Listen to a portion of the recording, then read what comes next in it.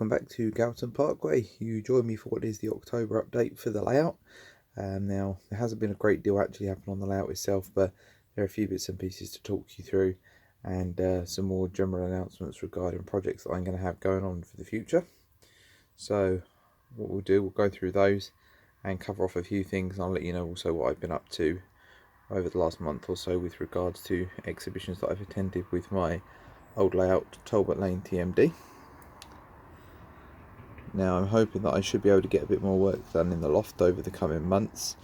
The temperatures are starting to drop a bit, so the loft isn't boiling anymore, and in fact I have actually had the radiator on a couple of times up here, but it does make it a bit easier for me to work, so hopefully there'll be more to update you on in the future.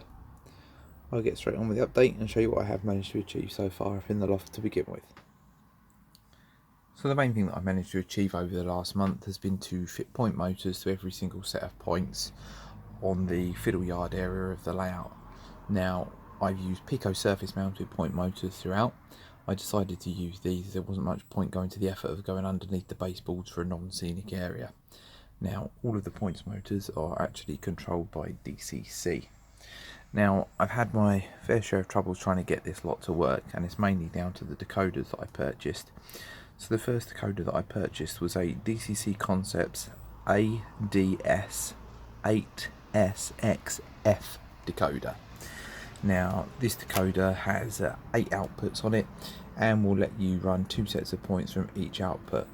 Obviously each output has to have the same address on it, so where the sidings on here have parallel sets of points, that's fine, and I could use the decoder to power 2 sets of points. Now, the first version of this decoder I had broke, so I sent it back to where I purchased it from and asked for a replacement. They sent me back another one. In the intervening period, I didn't get to try that one. It took me a little while. I think I bought it back in July and I had the replacement in August. As you know, the baby turned up then, so I didn't have any chance to work on the layout or try it out. So I got it out again at the start of October to use, and wired it in, same problems, it didn't work. I managed to get the points to run 2 or 3 times through it, and then the decoders failed. Tried all sorts of resets and it didn't work. I got back in touch with Rails of Sheffield, where I purchased it from. I asked them if I could have a refund because I was fed up with the decoder. They refused to give me a refund, saying it had been too long since I purchased it. So they said what I can do is effectively have store credit. Now at this point they didn't have a replacement decoder because the manufacturer had discontinued the decoder, so there's obviously some sort of fault with them, because I've had 2 and they were both junk and didn't work. So I spoke to the guys at Rails Sheffield, and they recommended that there was a new version that DCC Concepts had bought out, which was about £17 more. So this new one cost £67, and the code for that was ADS-8SX. So I thought, go on then, I may as well try it. I tried it, I've got it all set up here now, and it works absolutely perfectly. So I would recommend that decoder, but if you're going to buy the DCC Concept Points decoder, go for the ADS-8SX. Avoid the one with the F on the end. It's slightly cheaper, and there appears to be a good reason for that. They just don't work. Now, all of these points motors, as I said, they're all plumbed into this DCC decoder. It's quite a simple process. You just run the 3 wires from the points motor, so you've got the red wire, the green wire and the black wire. You run those into the output on the decoder and program it, so away you go. The decoder itself has got a little button on it. You can push each separate decoder into learn mode, so effectively what that does, you slide the button and then you press the accessory on your control panel. So say you've got address 2, you just press address 2 whilst it's in learn mode, and that decoder will learn that it's supposed to be address 2, flip it back to operate mode, and then it will respond to that command, which is what I've done. Now, as you know, I use a Z21. Now, I use the Z21 app to control this. I'll quickly move over to the iPad and show you exactly how I've got that set up and take you through a few of the problems I've had with that. Okay, so here you can see my track layout on the iPad, or as the Z21 likes to call it, the steering board. Now, I'm having to use the old Z21 app, and there's a good reason for this. The new Z21 app has got this function where you can draw your layout on there and line up all your points, but it is horrendous. It's an absolute joke to try and draw a track plan on there. I wasted probably a good couple of evenings trying to get it right, and it was just a complete waste of time. So I reverted back to the old app, which allows you to lay a picture in the background of your control panel. So the track plan that you see on there is sort of a shrunk down version of what my fiddle yard looks like, and that's actually been drawn on Photoshop and then sent over to the iPad. It's quite annoying, really, to be perfectly honest with you, because when I originally set this up, I decided I'd set it up on my phone so I could do it sat in front of the TV and put all the points in place. So I did that, and I emailed it over to the iPad, and for some reason the screens don't correspond correctly, so some of the points on my phone, they're all lined up perfectly on here over the track, and they've all slid off and whizzed off in slightly weird directions here. So I need to go through and tidy all this up. But it seems that if you email from one platform to another, the track layout plan doesn't stay perfect. They stay roughly in the same place, but they move around a bit. It's just been an absolute pain in the butt to try and get it right. I have got it basically right now, and it does work, but because of the drawing function for the track layout on the new app is so horrendous, effectively what I've got the track plan set up on the iPad on the old app. So I use the iPad to control the points, and I use my phone on the new app to control the locos, and it's not an ideal solution.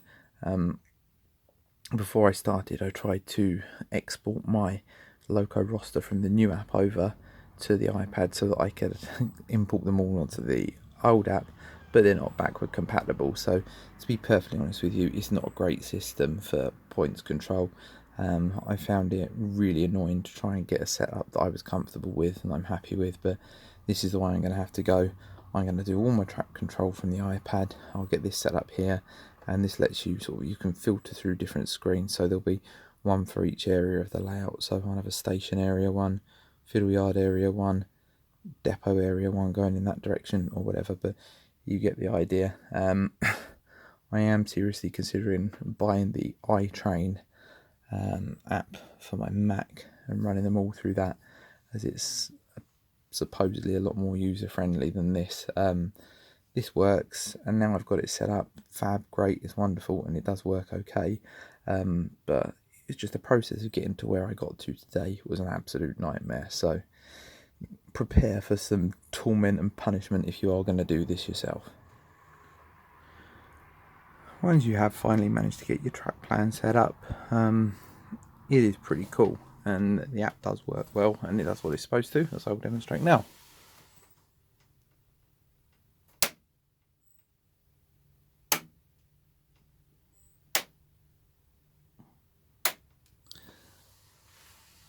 So yeah, it's an effective way to do it, but painful to get there.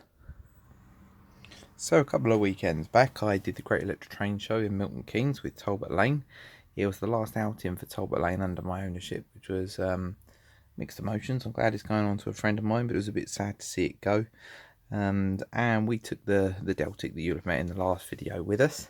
Gave it a good run on Talbot Lane, and I popped down to see some of my friends on Loftus Road, and James Makin, who's heavily involved with the layout down there, mentioned to me that he'd seen the video on the purple Deltic and he liked it, so I agreed to let him run it around a bit on the Saturday afternoon on the layout, and one of his mates, Mark, fell in love with it.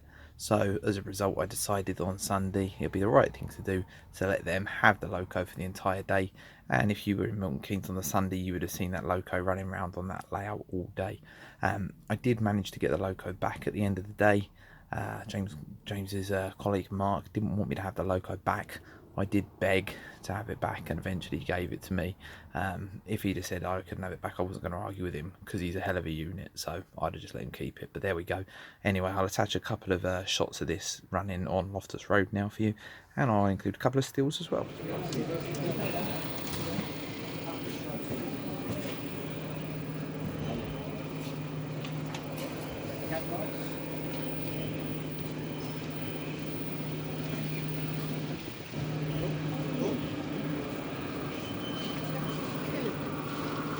We need to run it around again.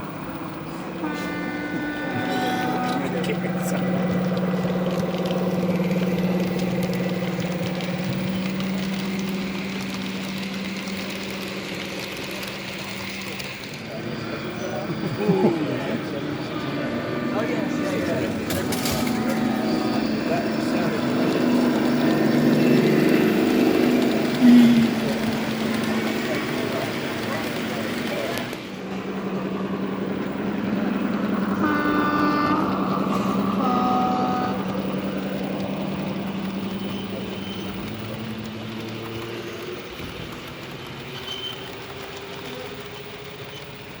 is coming round.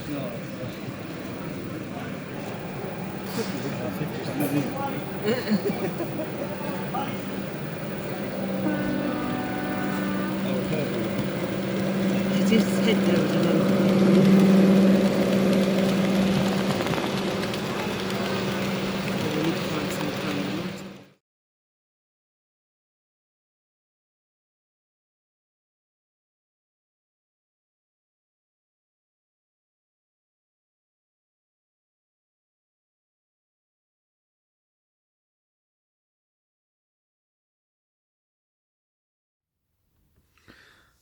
So whilst I was at the Great Electric Train Show, there were a series of traders trying to entice you into parting with your hard-earned cash. I did pretty well, to be honest. I only succumbed to this coach. Now this is one of the new Bachmann Mark II coaches, and it's a Bachmann Mark II buffet. Interestingly, I wasn't aware that this had been released in this livery. James Makin at Loftus Road made me aware that it had been released, so I thought I'd go and grab one to replace the Lima conversion that I've got, and I'm pretty pleased with it. The detail of it's a very high standard, and it's, you know, the detail is much nicer than the Hornby ones that I've got. To be perfectly honest with you, I've got no intention of replacing the Hornby coaches that I've got. It'll be a costly exercise to do so, and if I bought all Bachmann ones, it'd need rebranding, etc., and I've got no intention of doing that. So yeah, I've bought this, 47 quid, a lot of money for a coach, to be perfectly honest, more than I'd ever normally spend on a coach, but as it was a one-off piece for the cross-country rake, I thought it'd be worth getting. And to be honest with you, it does blend in quite well with the Hornby ones. When the rake is running around at speed, I don't think you're going to notice that much. There's going to be people out there that disagree with me and think I'm talking rubbish, but there you go, whatever. Yeah, pretty pleased with that, and I'll leave it there. I'm not going to review it or anything. I'll leave that to someone else who wants to talk to you about all the different rivets and window details and decals. I'm not going to go into that. Now, as I alluded to at the start of my video, there was going to be a new project in the pipeline. This was always the plan with Talbot Lane being sold, and the plan is to create a new exhibition layout. Now, as you can see in front of you, there's a nice pile of track and some electronical goodies which have all been ordered from Hattons, and this is a complete works that I'll need to create my new layout. Now, my new layout is going to be a standalone nuclear flask loading point. Now, the reason I decided to go for the nuclear flask loading point is that there isn't currently one on the exhibition circuit, so I'd like to be the first one out there with one. And I just thought it'd be something a bit different. I've got the track plan sorted, it's all been nailed down. I'm not going to share that with you in this video. That will follow in another video when I'm going to effectively do a series on building a layout from scratch, so that you can see the processes that you go through and the processes that I go through when I'm building a layout, and I will sort of go into the fine granular detail, exactly how I complete each task when I actually build the layout. Currently, I haven't started the layout for one reason and one reason only, and that is because I've ordered a set of baseballs from Tim Horn. I was so impressed with the Tim Horn baseballs I used on Talbot Lane TMD, I couldn't see me using any other baseballs for the purposes of building a new layout. So I'm waiting for those. I've been told there's a wait time of about 3 weeks.